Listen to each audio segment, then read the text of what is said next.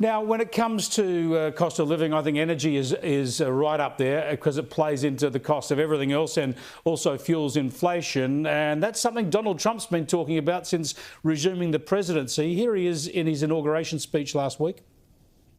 The inflation crisis was caused by massive overspending and escalating energy prices, and that is why today I will also declare a national energy emergency. We will drill, baby, drill.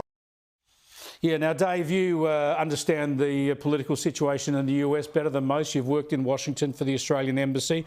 Of course, the issues don't directly translate to Australia, but this one in particular, perhaps along with the one flag issue, these are obvious issues where your narrative is enmeshed with what Donald Trump is doing in the US.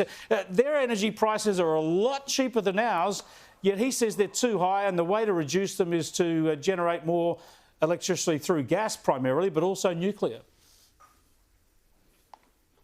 Well, I think, around the world, people have discovered that the energy transition, promised by the clean energy activists has not been all the smooth sailing that we'd been told. I mean, we've seen, much higher prices in Australia, concerns about reliability, massive costs in the building of transmission infrastructure, huge environmental concerns about where some of these solar and wind onshore and offshore are being built.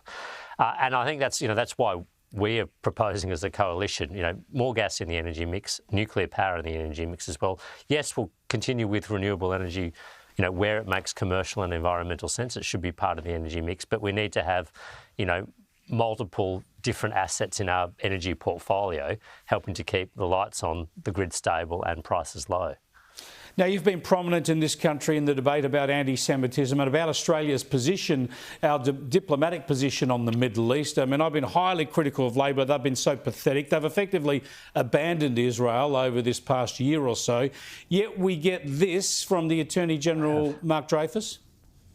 It's been grotesque, I use that word again, to see the rise in anti-Semitism since October the 7th, but it has been equally grotesque to see attempts being made to politicise either commemoration of the Holocaust or combating anti-Semitism. We need to get politics out of this.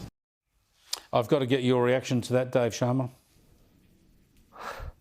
I mean, if Mark Dreyfus, Anthony Albanese, Penny Wong and the senior Labor ministers were doing their job, were combating anti-Semitism, had been on the front foot, had not been morally equivocating about this, had not been trying to create a false equivalence the whole time, then there wouldn't be much political debate about this. I think we'd be united. But while we've been critical, and not just us, the Jewish community, religious leaders, Catholic leaders, Christian leaders, the Hindu community have all been highly critical of this government's handling of anti-Semitism because they've neglected, ignored, sought to diminish and discount the problem throughout from the very beginning.